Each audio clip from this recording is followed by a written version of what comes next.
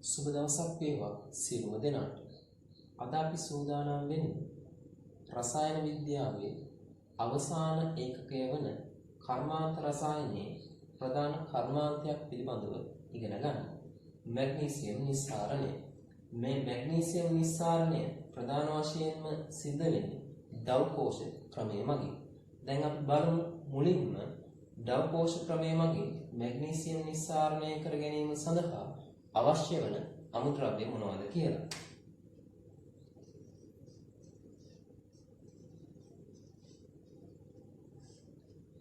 Magnesium නිස්සාරණය කිරීම සඳහා ප්‍රධාන වශයෙන් අමුද්‍රව්‍ය තුනක් භාවිතා වෙනවා. 1. බ්‍රිටන් ද්‍රාවණය. බ්‍රිටන් ද්‍රාවණය කියලා කියන්නේ ලුණු ලේවායකදී ලුණු නිපදවීමේ ක්‍රියාවලියේ තුන්වන තටාකයෙන් ඉවත් වන මෞද්‍රාවණය හෙවත් කාරම් ජලය.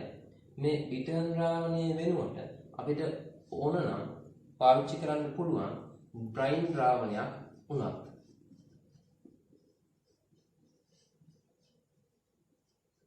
බ්‍රයින් ද්‍රාවණය පිළිබඳව අපි සෝඩියම් හයිඩ්‍රොක්සයිඩ් පිළිබඳව සිදු කරනු ලබන වීඩියෝ පටයේ වැඩිදුර අධ්‍යයනයක් සිදු කරනවා. දෙවැනි අමුද්‍රව්‍යය තමයි හුණුගල්. ඒ කියන්නේ කැල්සියම් කාබනේට්. කැල්සියම් කාබනේට් වෙනුවට අපිට අවශ්‍ය නම් භාවිතා කරන්න පුළුවන් ඩොලමයිට්. ඒ කියන්නේ කැල්සියම් කාබනේට් සහ මැග්නීසියම් කාබනේට් වල මිශ්‍රණය. තුන්වෙනි අමුද්‍රව්‍යය තමයි සාන්ද්‍ර හයිඩ්‍රොක්ලෝරික් අම්ලය. දැන් අපි බලමු මේ අමුද්‍රව්‍ය තුන යොදාගෙන මැග්නීසියම් නිස්සාරණය ද්‍රව කෝෂ ක්‍රමයෙන් සිද්ධ කරන්නේ කොහොමද කියලා. මැග්නීසියම් නිස්සාරණය ප්‍රධාන පියවර 4ක් යටතේ සිද්ධ කරනවා. පළවෙනි පියවරේ අරමුණ තමයි කැල්සියම් ඔක්සයිඩ් නිපදවා ගැනීම.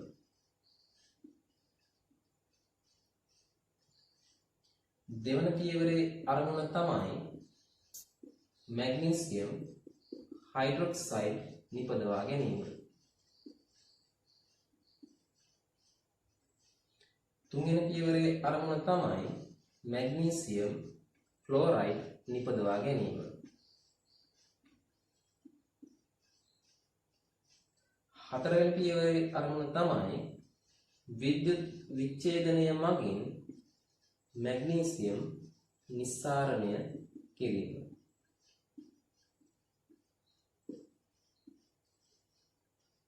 දැන් අපි බලමු මේ එක් පියවර මගින් මැග්නීසියම් නිස්සාරණ ක්‍රියාවලිය කොහොමද සිද්ධ වෙන්නේ කියලා.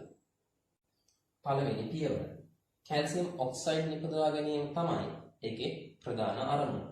මේ කැල්සියම් ඔක්සයිඩ් නිපදවා ගැනීම සඳහා අපි අමුද්‍රව්‍ය විදිහට භාවිතා කරපු කැල්සියම් කාබනේට් තාප වියෝජනයට ලක් කරනවා. එතනදී ප්‍රත්‍යාවර්ත ප්‍රතික්‍රියාවක් වෙනවා තාපය හමුවේ. ඒ අවස්ථාවේදී කැල්සියම් ඔක්සයිඩ් නිපදවීමක් සිද්ධ වෙනවා ඝන කැල්සියම් ඔක්සයිඩ්. මීට අමතරව කාබන් ඩයොක්සයිඩ් වායුව නිදහස් වීමක් සිද්ධ වෙනවා. අපි කිව්වා කැල්සියම් කාබනේට් වෙනුවට ඕනනම් ඩොලමයිට් උනත් භාවිතා කරන්න පුළුවන් කියලා. ඩොලමයිට් මේ ප්‍රතික්‍රියාවට සහභාගී වුණොත් මෙන්න මේ විදිහට ප්‍රතික්‍රියාව අපිට ලියන්න පුළුවන්. එතනදී ප්‍රත්‍යාවර්ත ප්‍රතික්‍රියාවක් සිද්ධ වෙන්නේ තාපය හමුවේ කැල්සියම් ඔක්සයිඩ් නිපද වෙනවා ඝන අවස්ථාවෙන්. ඊට අමතරව මැග්නීසියම් ඔක්සයිඩ් නිපදවීමක් සිද්ධ වෙනවා ඝන අවස්ථාවෙන්. ඊටත් අමතරව කාබන් ඩයොක්සයිඩ් වායුව නිදහස් වීමක් සිද්ධ වෙනවා.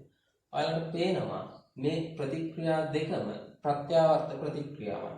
අන්න ඒ නිසා මේ ප්‍රතික්‍රියක වලින් මේ ප්‍රතිඵල හැදුනට පස්සේ මේ ප්‍රතිඵල වලින් නැවත මේ ප්‍රතික්‍රියක ජනනය වීමේ හැකියාවක් තියෙනවා. ඒ නිසා අපි මොකද කරන්න ඕනේ?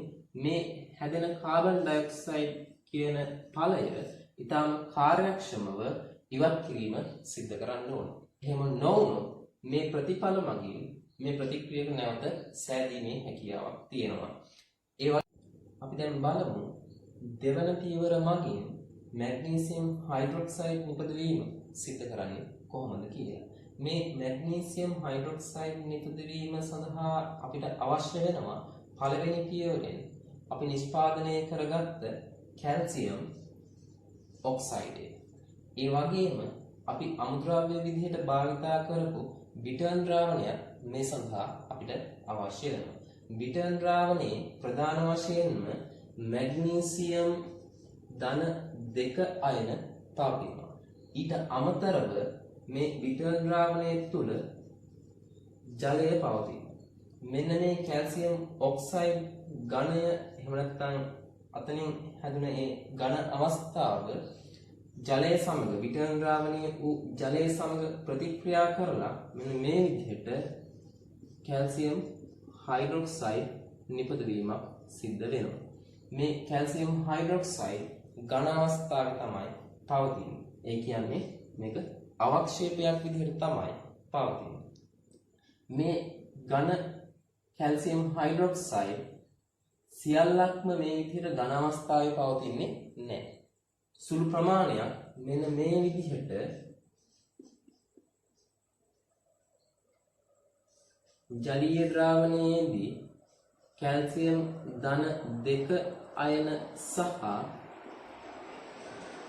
OH ඍණ අයන විදිහට ද්‍රාවණගත වෙලා පවතිනවා. මේ ද්‍රාවණගත වෙලා පවතින OH ඍණ අයන බිටර්න් ද්‍රාවණයේ තියෙන මැග්නීසියම් ධන 2 අයන සමග ප්‍රතික්‍රියා කරලා මෙන්න මේ විදිහට මැග්නීසියම් හයිඩ්‍රොක්සයිඩ් නිපදවීම සිද්ධ වෙනවා.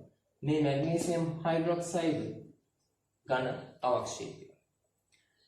එතකොට මෙතන මේ මැග්නීසියම් හයිඩ්‍රොක්සයිඩ් හැදෙන්න නම් කැල්සියම් හයිඩ්‍රොක්සයිඩ් මෙන්න මේ විදිහට ප්‍රතික්‍රියා කරලා OH ඍණ අයන මාධ්‍යයේ තියෙන්න ඕන. ඒ වගේම මෙතනදී තවත් මතක් කළ යුතු කාරණයක් තියෙනවා. මොකක්ද? මෙන්න මේ කැල්සියම් හයිඩ්‍රොක්සයිඩ් වල ද්‍රාවිතා ගුණිතයට වඩා මැග්නීසියම් හයිඩ්‍රොක්සයිඩ් වල ද්‍රාවිතා ගුණිතය කුඩාගේ. අන්න ඒ නිසා තමයි කැල්සියම් හයිඩ්‍රොක්සයිඩ් පවතින්නේ නැතුව මැග්නීසියම් හයිඩ්‍රොක්සයිඩ් ද්‍රාවණයේ අවසානයේ පවතින්නේ. මේ විදිහට හැදෙන OH ඍණ අයන මැග්නීසියම් ධන 2 අයනත් එක්ක ප්‍රතික්‍රියා කරලා මැග්නීසියම් හයිඩ්‍රොක්සයිඩ් හදද්දී ද්‍රාවණයේ පවතින OH ඍණ අයන වැය වීමකට ලක් වෙනවා. එතකොට මොකද වෙන්නේ? මෙන්න මේ ප්‍රතික්‍රියාවෙන් නැවත නැවත මේකේ ඉදිරි ප්‍රතික්‍රියාව මගින් නැවත නැවත OH ඍණ අයන නිදහස් වීමක් සිද්ධ වෙනවා. ඒත් එක්කම මෙතන තියෙන මේ කැල්සියම් හයිඩ්‍රොක්සයිඩ් ඝන අවස්ථාව කැල්සියම් ධන 2 අයන සහ OH ඍණ අයන බවට පරිවර්තනය වෙනවා. අවසානයේදී මේ තියෙන කැල්සියම් හයිඩ්‍රොක්සයිඩ් ඝනය සම්පූර්ණයෙන්ම ඉවර වෙනවා. ඉතිරි වෙන්නේ ද්‍රාවණයේ මැග්නීසියම් හයිඩ්‍රොක්සයිඩ් ඝනය විතරයි. දැන් අපි බලමු මැග්නීසියම් නිස්සාරණයේ තුන්වෙනි පියවර. තුන්වෙනි පියවරේ ප්‍රධාන අරමුණ වෙන්නේ මැග්නීසියම් ක්ලෝරයිඩ් නිපදවා ගැනීම. දෙවන පියවරෙන් අපි නිපදවාගත්ත මැග්නීසියම් හයිඩ්‍රොක්සයිඩ් එතන මැග්නීසියම් හයිඩ්‍රොක්සයිඩ් අවක්ෂේපයක් විදිහට ද්‍රාවණය තුල පතුලේ තැම්පත් වෙලා තිබ්බේ. ඒක අපි මොකද කරන්නේ? පෙරලා වෙන් කරලා ගන්නවා. ඒ පෙරලා වෙන් කරගත්ත මැග්නීසියම් හයිඩ්‍රොක්සයිඩ් තුන්වෙනි පියවරේදී අපි සාන්ද්‍ර හයිඩ්‍රොක්ලෝරික් අම්ලය සමග ප්‍රතික්‍රියා කරනවා. මේ සාන්ද්‍ර හයිඩ්‍රොක්ලෝරික් අම්ලය සමග ප්‍රතික්‍රියා කරවුවාම මෙතනින් හැදෙනවා මැග්නීසියම් ක්ලෝරයිඩ්. මැග්නීසියම් ක්ලෝරයිඩ් ජලීය අවස්ථාවේ තමයි පවතින්නේ. ඒ වගේම මෙතනින් ජල අණුවක් නිදහස් වෙනවා. ප්‍රතික්‍රියාව තුලනය කරපුවාම HCl අපිට දෙකක් දාන්න සිද්ධ වෙනවා. ඒ නිසා ජල අණු දෙකක් මෙතෙන්ද දාන්න පුළුවන්. මෙන්න මේ ක්‍රියාවලිය තමයි තුන්වන පියවරෙන් සිද්ධ වෙන්නේ. අපි දැන් බලමු මැග්නීසියම් නිස්සාරණයේ හතරවෙනි පියවරේදී මොකක්ද සිද්ධ වෙන්නේ කියලා. මම කලින් සඳහන් කරා හතරවෙනි පියවරේ ප්‍රධාන අරමුණ තමයි විද්‍යුත් විච්ඡේදනයේ මැග්නීසියම් නිපදවා ගැනීම. විද්‍යුත් විච්ඡේදනයේ මැග්නීසියම් නිපදවා ගැනීම සඳහා භාවිතා කරන කෝෂය තමයි මම මෙතන මේ රූප සටහනක් ඇඳලා තියෙන්නේ. මේ කෝෂයට තමයි අපි ඩව් කෝෂය කියලා කියන්නේ. මම මේ කෝෂයේ පිළිබඳව මේ කෝෂයේ තියෙන කොටස් පිළිබඳව පස්සේ සාකච්ඡා කරන්න. ඊට කලින් අපි බලමු මේ කෝෂයට යොදන ද්‍රාවණය මොන විදිහේ ද්‍රාවණයක්ද, මොකක්ද මේකට යොදන ද්‍රාවණය කියලා. ඔයාලට මතක ඇති අපි තුන්වෙනි පියවරේ මැග්නීසියම් ක්ලෝරයිඩ් ජලීය ද්‍රාවණයක් හදාගත්තා. ඒ ජලීය ද්‍රාවණයේ ජලය ගොඩක් තියෙනවා. එතකොට මොකද මුලින්ම කරන්නේ මේකේ ජල ප්‍රතිශතය 16ක විතර වෙනකන් අඩු වෙනකන් අපි මේක උෂ්ණත්වයේ ඉහළ නංගලා වාෂ්ප කිරීමකට ලක් කරනවා. ඊට පස්සේ තමයි අපි මේ මැග්නීසියම් ක්ලෝරයිඩ් ද්‍රාවණය කෝෂය තුළට ඇතුල් කිරීම සිද්ධ කරන්නේ. මේ කෝෂයේ සාමාන්‍යයෙන් අභ්‍යන්තර උෂ්ණත්වයක් තියෙනවා සෙල්සියස් අංශක 700ක් 800ක් වගේ අතර අගයක උෂ්ණත්වයක් පවතිනවා මෙන්න මේ කෝෂය තුල. මෙන්න මෙතන මේ තියෙන්නේ වාණයේ වලින් සමන්විත භාජනයක් මේ තියෙන්නේ. මෙන්න මේ ප්‍රදේශයේ හිස් අවකාශයක්. මෙන්න මේ දෙපැත්තෙන් මේ හිස් අවකාශය තුළට උණුසුම් වායු ධාරා ඇතුල් වීමක් සිද්ධ වෙනවා.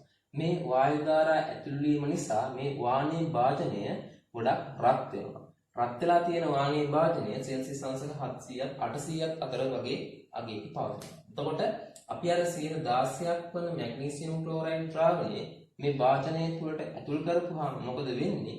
ඒකේ තියෙන මේ 16ක් වූ ජල ප්‍රතිශතයත් වාෂ්ප වෙලා යනවා. ඊට පස්සේ මොකද වෙන්නේ? මේ මැග්නීසියම් ක්ලෝරයිඩ් ඝන අවස්ථාවට පත් වෙනවා. ජලයේ ටික සම්පූර්ණයෙන්ම වාෂ්ප වෙලා ගියපොත්. හැබැයි මේ ඝනය ස්ථායී ඝනයක් නම් නෙමෙයි. ඒකට හේතුව තමයි මේකේ උෂ්ණත්වය සෙල්සියස් අංශක 700ත් 800ත් අතර අගයක් කියලා මම කිව්වා. මැග්නීසියම් ක්ලෝරයිඩ් වල ද්‍රවාංකය සෙල්සියස් අංශක 714ක් වගේ අගයක් තමයි තියෙන්නේ. ඉතින් මේකේ සෙල්සියස් අංශක 700ත් 800ත් වගේ උෂ්ණත්වයක් තියෙද්දි සෙල්සියස් අංශක 714ක් වන මේ මැග්නීසියම් ක්ලෝරයිඩ් ඝන තත්ත්වයෙන් පවතින්නේ නැහැ. ඒක විලීන තත්ත්වයටපත් වෙලා විලීන ද්‍රවයක් බවට පරිවර්තනය වෙනවා. මේ විලීන ද්‍රවය තමයි මම මෙතන මේ නම් කරලා තියෙන්නේ මැග්නීසියම් ක්ලෝරයිඩ් ද්‍රවය විදිහට. ඒ වගේම දැන් අපි බලමු මේ කෝෂය තුල මොකක්ද සිද්ධ වෙන්නේ කියලා. කෝෂයේ තියෙන ප්‍රධාන අග්‍ර දෙකක් ඔයාලා දන්නවා. කෝෂයක තියෙනවා ඇනෝඩයක්, ඒ වගේම කෝෂයක තියෙනවා කැතෝඩයක්. මේ ඩව් කෝෂයේ ඇනෝඩයේ විදිහට භාවිතා වෙන්නේ මිනිරන් ඇනෝඩයක්. ඒ වගේම කැතෝඩයේ විදිහට මේ තියෙන ඇනෝඩය කැතෝඩයේ විදිහට මේක වක්‍රාකාරව තමයි මේ කැතෝඩය තියෙන විශේෂිත වූ කැතෝඩයක් මෙතන තියෙන්නේ. මේ කැතෝඩය නිර්මාණය කරලා තියෙන්නේ වාණය වලින්ම තමයි. එතකොට මේ මිනරල් ඇනෝඩයේ වාණයේ කැතෝඩයක් තුල තමයි මෙතනින් පස්සේ සිදුවන ක්‍රියාවලි සියල්ලක්ම සිද්ධ වෙන්නේ. අපි දැන් බලමු මේ කෝෂයේ අභ්‍යන්තරයේ මොනවද සිද්ධ වෙන්නේ කියලා. මෙන්න මේ මිනරල් ඇනෝඩය තුල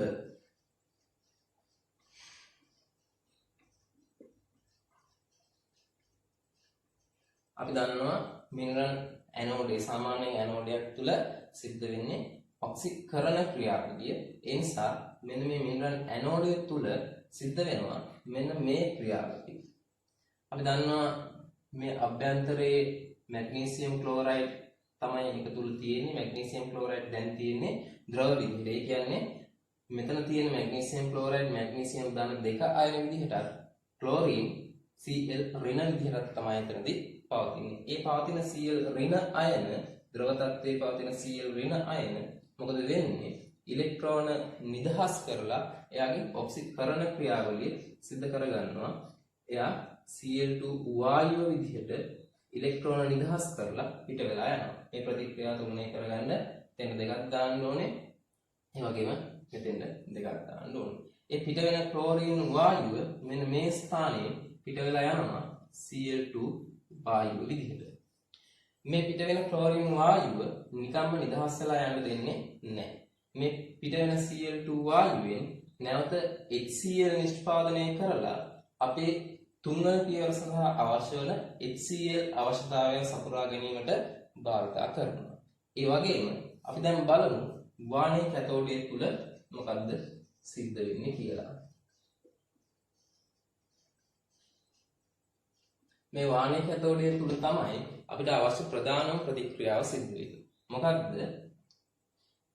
පවතින මැග්නීසියම් ධන 2 ද්‍රවය ඉලෙක්ට්‍රෝන දෙකක් අරගෙන එයා මැග්නීසියම් ද්‍රවය බවට පරිවර්තනය වෙනවා. ඇයි මෙතන මැග්නීසියම් ද්‍රවයක් බවට පරිවර්තනය වෙනවා? මෙතන මැග්නීසියම් ද්‍රවයක් බවට පරිවර්තනය වෙලා තියෙන්නේ මේ මැග්නීසියම් වල ද්‍රවාංකය සෙල්සියස් අංශක 650ක් විතර අගයක් තියෙනවා. එතකොට දැන් මේ අභ්‍යන්තරයේ සෙල්සියස් අංශක 600ක් 700ක් විතර 700ක් 800ක් අතර වගේ අගයක පවතිනවා කියලා මම කිව්වනේ. එතකොට 650ට වඩා වැඩි උෂ්ණත්වයක් නිසා මේ මැග්නීසියම් පවතින්නේ ද්‍රව විදිහට. ඊට පස්සේ මේ හැදෙන මැග්නීසියම් මේ විදිහට හැදෙන මැග්නීසියම් මොකද වෙන්නේ? අපි වෙන් කරලා ගන්නවා. ඒක අපි වෙන් කර ගැනීම ඉතාම පහසුයි. මොකද මේ කෝෂය තුල මේ වාණයේ කැතෝඩයේදී හැදෙන මැග්නීසියම් මෙන්න මේ උඩ පාවෙන්න පටන් ගන්නවා. ඒකට හේතුව තමයි මේ මැග්නීසියම් ක්ලෝරයිඩ් වලට වඩා හැදෙන මැග්නීසියම් වල ඝනත්වය අඩු වගේක පැවතීම. ඒ නිසා මේවා උඩ පාවෙනවා. ඒවා වෙන් කරලා ගන්නවා. ඒ වෙන් කරලා ගන්න මැග්නීසියම් ද්‍රවය මොකද කරන්නේ? සිසිල් කරලා අපි නිෂ්පාදනය කරගන්නවා මැග්නීසියම් ලෝහය. මෙන්න මේ ක්‍රියාවලිය තමයි මැග්නීසියම් නිස්සාරණය කිරීමේ ඩව් කෝෂ ක්‍රමයේ තුලදී සම්පූර්ණයෙන්ම සිද්ධ වෙන්නේ. අපි දැන් බලමු මැග්නීසියම් වල ප්‍රයෝජන මොනවද කියලා. මැග්නීසියම් විවිධ ද්‍රව්‍ය නිෂ්පාදනය කිරීම සඳහා භාවිත කරනවා. ඒකෙන් ප්‍රධාන වශයෙන්ම අපිට කර්මාන්ත දෙකක් හම්බෙනවා. වැඩි වශයෙන් මැග්නීසියම් භාවිත කරනවා. පළවෙනි එක තමයි මේවා භාවිත කරනවා විවිධ මිශ්‍ර ලෝහ නිෂ්පාදනය කර ගැනීම සඳහා.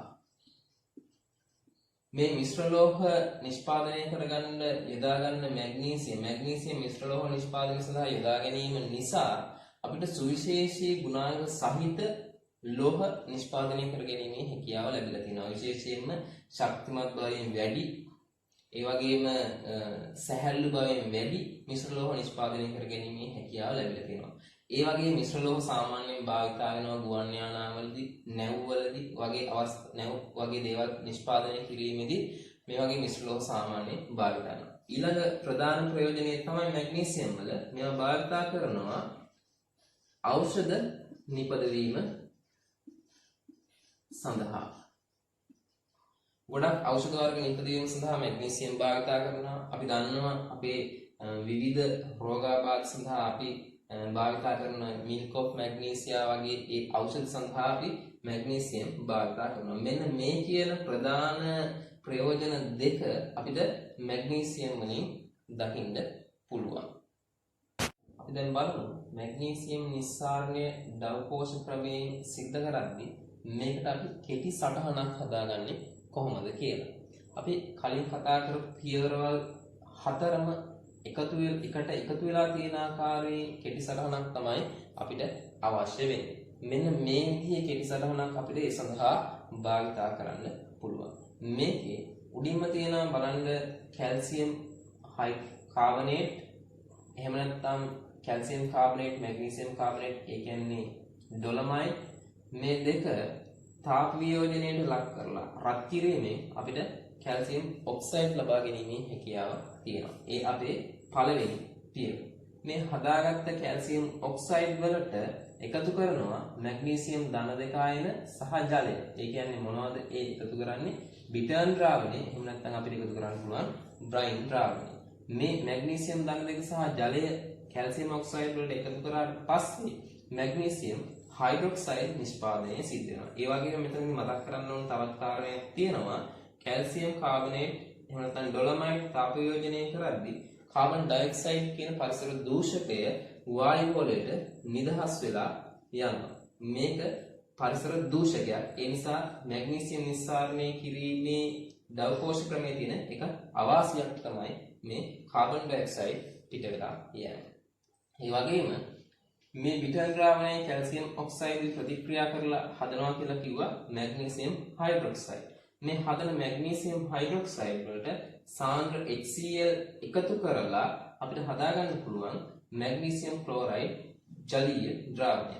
ඒ ජලීය ද්‍රාවණය අපිට රත් කරලා ඒකේ තියෙන ජලය ඉවත් කරන්න පුළුවන්. ඒ ජලය වාෂ්පයක් විදිහට තමයි ඉවත් වෙලා යන්නේ. ඉවත් කරගත්ත ජලය ඉවත් කරගත්තට පස්සේ මැග්නීසියම් ක්ලෝරයිඩ් මොකද වෙන්නේ?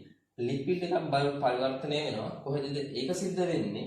මේ ක්‍රියාවලිය සිද්ධ වෙන්නේ විද්‍යුත් විච්ඡේදන කෝෂය තුලදී. ඒ වගේම විද්‍යුත් විච්ඡේදන කෝෂය තුලදී ක්ලෝරින් වායුව නිදහස් වීමක් සිද්ධ වෙනවා. ඒ නිදහස් වන ක්ලෝරින් වායුව නැවත අපිට HCl නිෂ්පාදනය සඳහා භාවිතා කිරීමේ හැකියාවක් දෙනවා. ඒ වගේම විද්‍යුත් විච්ඡේදන කෝෂය තුලදී මැග්නීසියම් ද්‍රවය නිර්මාණය වෙනවා. ඒ නිර්මාණය වන මැග්නීසියම් ද්‍රවය සිසිල් කිරීම වගේ මැග්නීසියම් ලෝහය බවට පරිවර්තනය කර ගැනීමක් සිද්ධ කරන්න පුළුවන්. එතකොට මෙන්න මේ කියන සමස්ත ක්‍රියාවලිය මගින් අපිට මැග්නීසියම් නිස්සාරණය කිරීමේ ද්‍රවකෝෂ ක්‍රමය ඉතාම පහසුවෙන් මතක තියාගැනීමේ හැකියාව පවතී.